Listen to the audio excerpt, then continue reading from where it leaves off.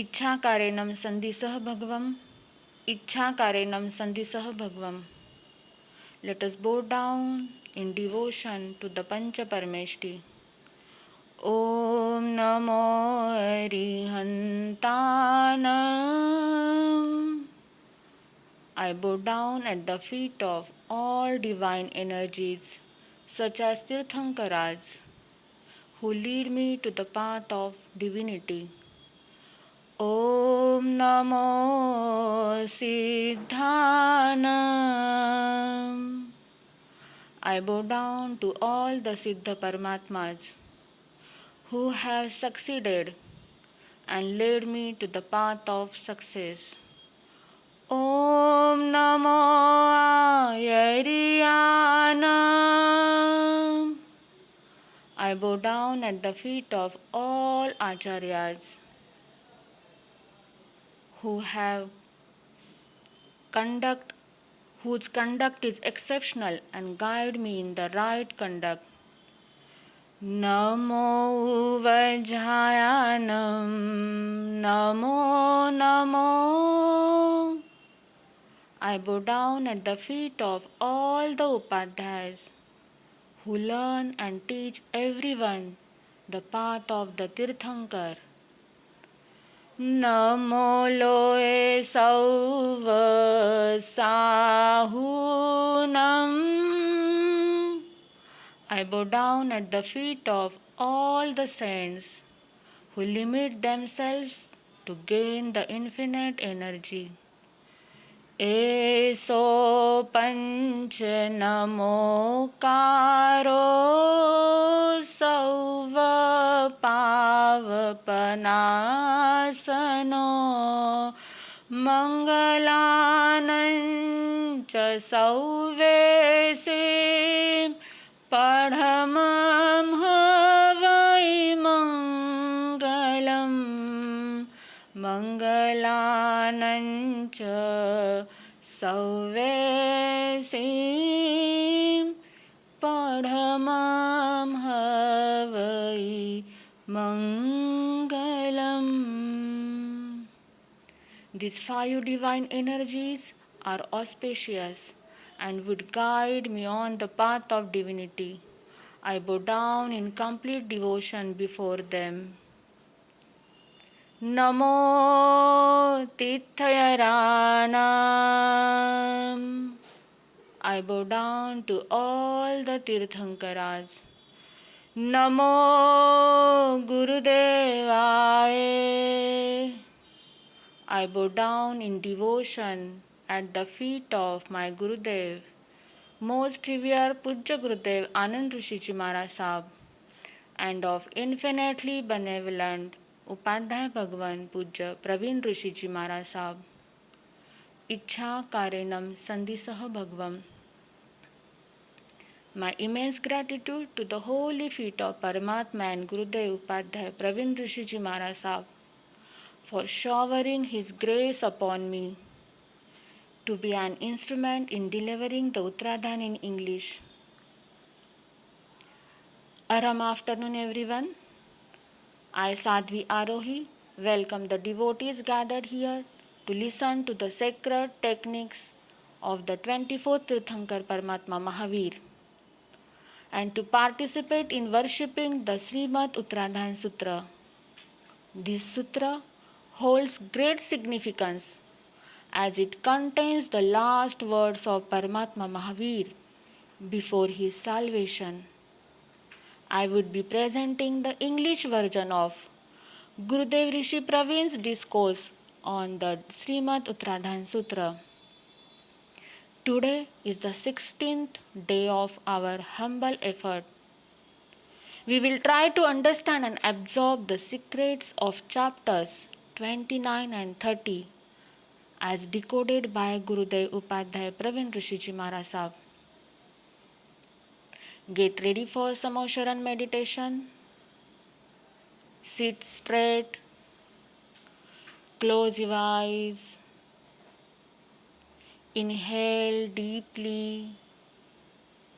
Exhale slowly. Feel your breath. feel yourself. Let us bow down at the feet of Tirthankar Paramatma Mahaveer in complete devotion. Seek permission from Paramatma to experience in your faith, your wisdom, and your emotion. The universally auspicious Samosharan, in which seated on crystal throne is Prabhu Mahaveer, to sing in devotion and to listen to his auspicious words. Vadhamanam saranam pavajjami, Vadhamanam saranam pavajjami, Vadhamanam saranam pavajjami. Shraddhamayo aham, Bodhimayo aham. With a deep inhale, feel your divine body and sense the pure, sacred Samosharan. Picture a vast, divine enclosure with silver and golden archways and crystal steps. Jai and Vijay Dev stand at the entrance, welcoming everyone with a sense of reverence. Place your foot on the crystal steps. Visualize a second enclosure, glowing in gold, with gemstone archways in all four directions. As you approach the third enclosure, feel the infinite compassion of Paramatma surrounding you. This enclosure radiates with vibrant Vaidurya gemstone archways. Imagine your heart as a crystal throne adorned with gemstones, and seated on it is Prabhu Mahaveer.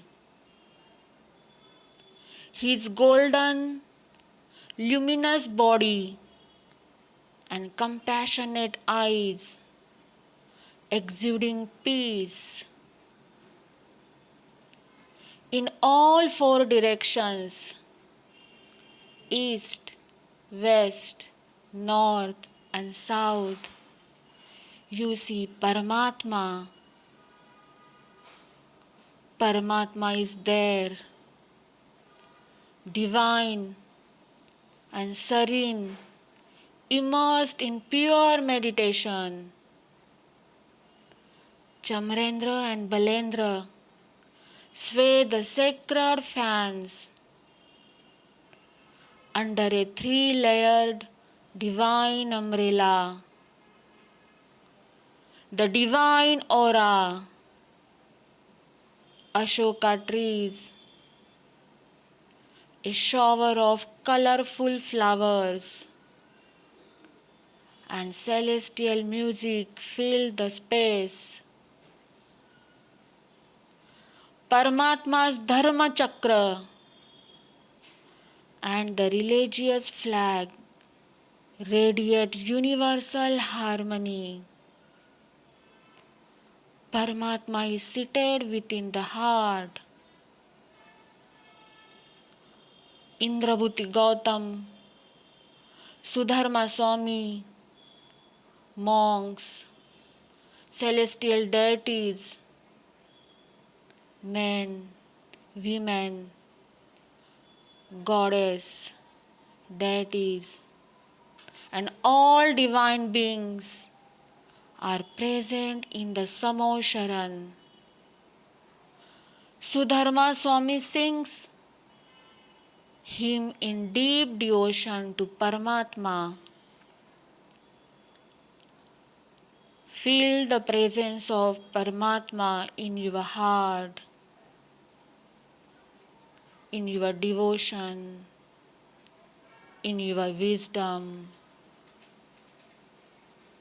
Feel the presence of Paramatma and visualize. And slowly open the eyes. For the rendition of Veer Stuti, hymn in appreciation of Paramatma, and the Prakrit verses of Uttaradhyayana Sutra, follow the link in the description box. Vardhamanam sharanam pavajjami, Vardhamanam sharanam pavajjami. Namo Suyadevayaye, Namo Suyadevayaye, Namo Suyadevayaye. We have often had the opportunity to walk the path of moksha, but unfortunately, while walking this path, we also learned how to create bonds. An exceptional chapter titled Samyakatva Parakram lays out two types of efforts and 71 paths that lead to right efforts and eternal freedom. There are two types of efforts. One is donkey efforts, which means someone who, after slogging hard, still does not get grass to feed on. And the other is that of a cow. A cow, despite not working hard, is fed grass. We have spent our lives putting in efforts like a donkey. Paramatma has classified two types of efforts. One is Samyak Parakram and the other is Mithya Parakram. One is pure or true power, Samyak Shakti, and the other is false power, Mithya Shakti. Duryodhan, Ravan, and terrorists all put in efforts. But what is the result? None of it brought peace to themselves or others. Gurudev says one should question oneself. Many people have come into my life. At first, they approached me with love, trust, devotion, and respect. What is the reason that I was unable to protect the love they brought, transform their devotion into success, or turn their trust into faith? Despite our efforts, we don't see results. The reason is that our power and efforts are false or mithya. How can one move towards Samyak Parakram, which means true and pure efforts? One step taken in Samyak Parakram helps one reach their destiny, as the first correct step enables all subsequent steps in that direction. In contrast, if the first step is mithya, it leads all your steps toward mithya. All living beings from one sensed to five sensed beings, from ants to humans, to put in efforts.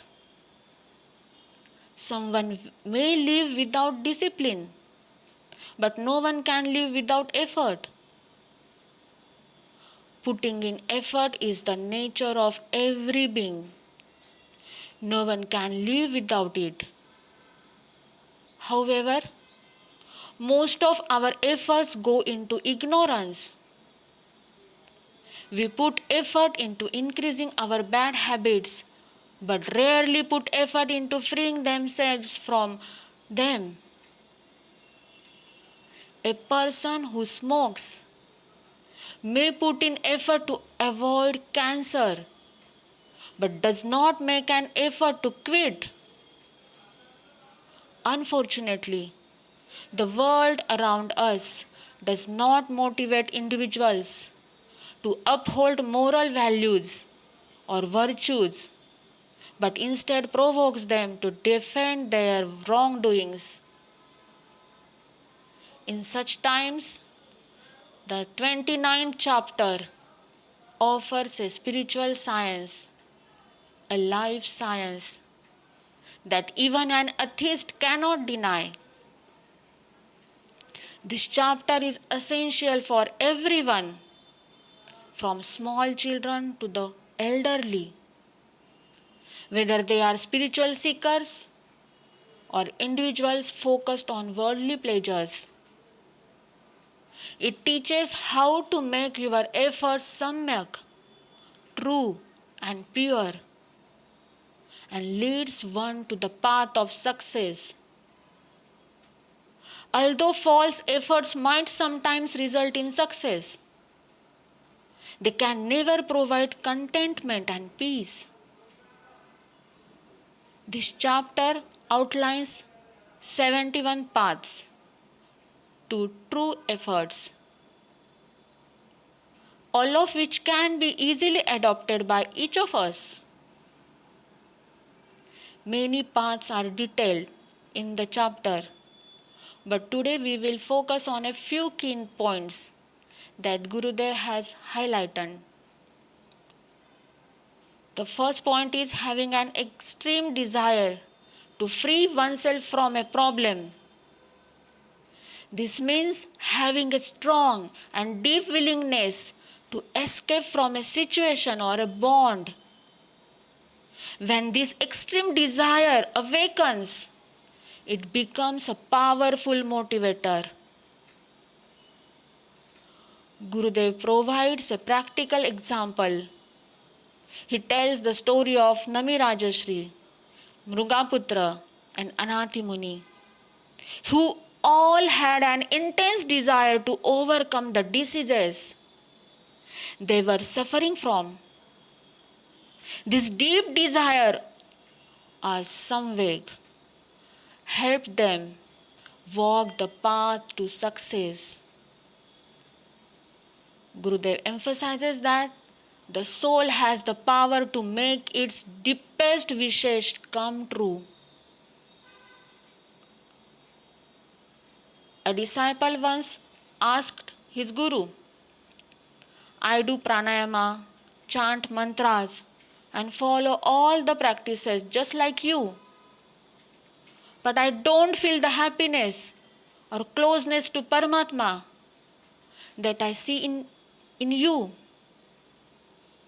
The guru didn't respond. The next day, they went to a river, and the guru tightly held the disciple's neck and pushed him underwater. The disciple struggled, and after much effort, finally surfaced, gasping for air. The guru asked, "Why are you so out of breath?" The disciple replied that he had to put in great effort to get out.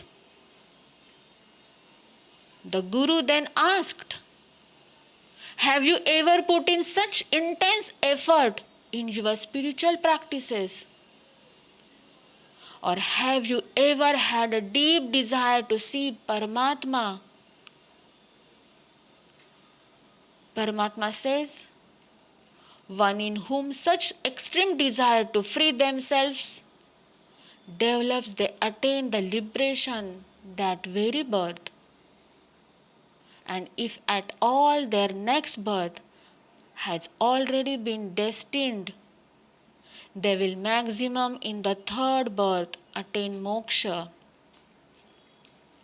Gurudev wishes for such extreme desire to see Paramatma and to free ourselves from our bondages to take birth within us. If the desire is not extreme but rather medium or minimal, one will still walk the path of success within 7 births. Gurudev says that if the desire to free oneself from any problem arises within us, we will certainly find a way and our parakram will awaken. To awaken our inner power, we simply need to switch on the button within us that represents a deep wish to overcome our problems. This is Samveg. Gurudev discusses few of the questions.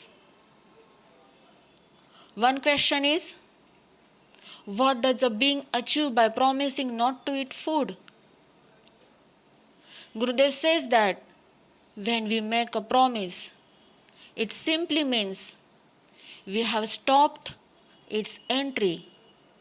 Just like when we close a door, it implies that no one can enter.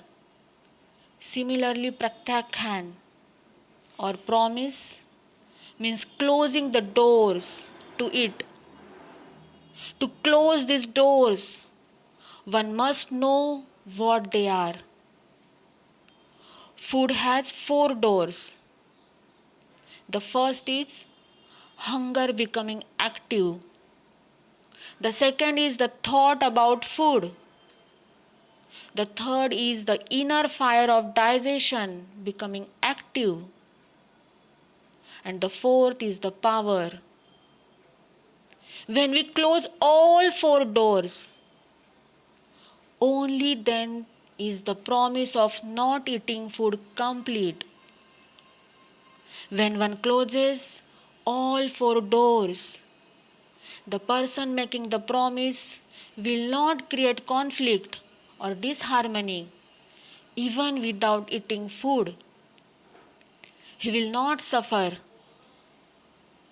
Many of us fast, but in fasting, one should not feel guilty or let feeling of discomfort arise. That is what true promise is. One should think about how it was possible for Paramatma Mahaveer to fast for 6 months without sitting or sleeping, only standing. Gurudev says that he closed all 4 doors, so even without food he didn't get disturbed. Another question asked in the chapter is, what does one achieve by having faith in Dharma? When one's faith in Dharma begins, he no longer runs after comforts. Gurudev advises us to check if we are still seeking comforts. If so, true faith has not yet taken root in us. A person with true faith may experience happiness and comfort, but he does not chase them. With true faith, a person will not make excuses, and all his mental and physical problems will end, leading to lasting happiness. Gurudev gives the example of Sita. Had she not taken the excuse of the promise given to her by Lakshman, she would have been free from all the mental and physical problems and gained eternal happiness. Whenever we make excuses in search of comfort, they actually curb our happiness. In contrast, Ram is remembered because he never made excuses even when leaving for exile. Gurudev says that each question and answer in this chapter is designed to reach a person about life and how to overcome problems. Another question asked is, what happens if one practices pratilekhana or observation of time? Gurudev says that one who observes time can end their blocked knowledge karmas. What is time pratilekhana? It is observing what happens, simply noticing what is going on. This includes observing the breath, body movements, ongoing processes, and thoughts in the mind. It is purely about seeing what is happening. Another question is, what does one achieve from doing Shrut aradhana? Aradhana means that knowledge, faith, and conduct are seen as one's God, one's Paramatma. In aradhana, there is devotion. Gurudev explains that Swadhyaya is different from aradhana. Swadhyaya is simply reading scriptures. Through Shruta aradhana, ignorance ends. When ignorance ends, so does mithyatva or darkness. Such a person will never feel sadness or disturbance.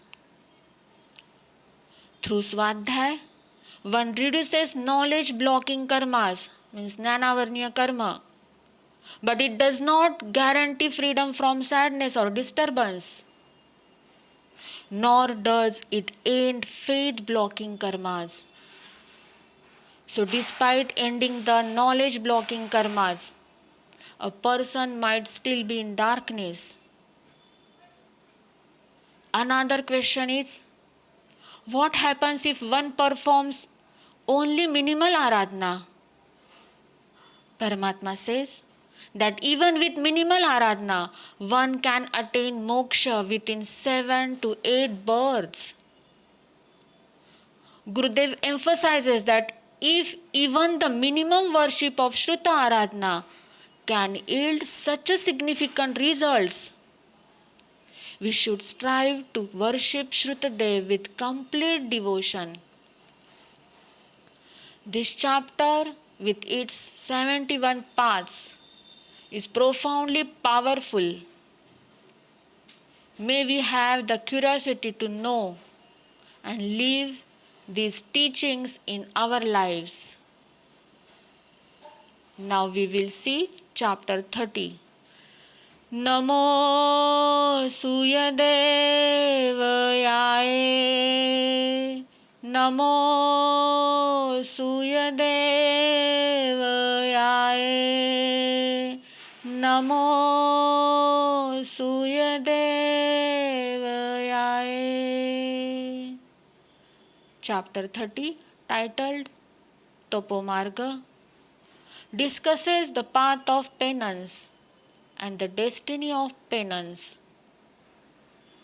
Gurudev advises us to reflect on how we have fasted so far. The first step in fasting is to practice samvar, which means stopping the entry of negative energy. Just like in emptying a water tank, we must first close the valve through which water enters. One should first stop the entry of other negative energy. Gurudev offers a practical tip. Visualize the entire time period of your promise, affirming, I will, for this period, neither look at food nor think about it. This visualization sends a message to the brain, switching off hunger. Not visualizing this is like having a program in the mind that is still geared to eat, but following a promise not to, which can result in hunger, nausea, and other discomforts. Closing doors is the path, and the goal is to stay focused, seeing only the objective without distraction. Tap or penance has two types, internal and external. Without internal fasting, one cannot find true happiness in external fasting. And without external fasting, internal fasting cannot shine. Both are interconnected. External tap involves physical practices like eating less, not eating, or consuming food without 5 taste enhancing ingredients. And internal tap includes fasting related to the mind, such as punishment for wrong actions, humility, swadhyay, self-study, meditation, and kayosarga, relinquishment of the body. Gurudev emphasizes that among all internal tap, prayashit, repentance for wrongdoing, is the most essential, as no spiritual practice can truly begin without it. He gives a practical tip. Before chanting the Navkar mantra, take a moment of reflection for any ego-driven actions. Take a punishment and then chant. This will help calm the mind. The reason Sripal and Maina Sundari Navkar chanting succeeded was that they never disrespected their father, even when he married her to a deceased person. Paramatma through this chapter directs us the path and the goal one should have for penance. With this, I conclude my session today, expressing immense gratitude at the feet of Paramatma and Gurudev, and last but not the least, all the listeners to patiently listen these sermons. Thank you. Have a arham day. And if I made any mistake, I ask for forgiveness. Thank you. Mangal Path. Chattari Mangalam Arihanta Mangalam Siddha Mangalam Saho Mangalam Kevali Pannato Dhammo Mangalam Chattari Lagutamari Anta Lagutamam Siddha Lagutamam Saho Lagutamam Kevali Pannato Dhammo Lugutama Chattari Saranam Bhavanjhami Arihante Saranam Bhavanjhami Siddhe Saranam Bhavanjhami Savo Saranam Bhavanjhami Kevali Pannatam Dhammam Saranam Bhavanjhami Arihanto ka Sharana Siddho ka Sharana Sadhu ka Sharana दया धर्म का शरणा, चार मंगल चार उत्तम, चार शरणा दुख हरणा, सुख करना और न शरणा कोई, जो भवभ्राणी करे आराधन, अक्षय अमर पद होय, वर्धमान शरण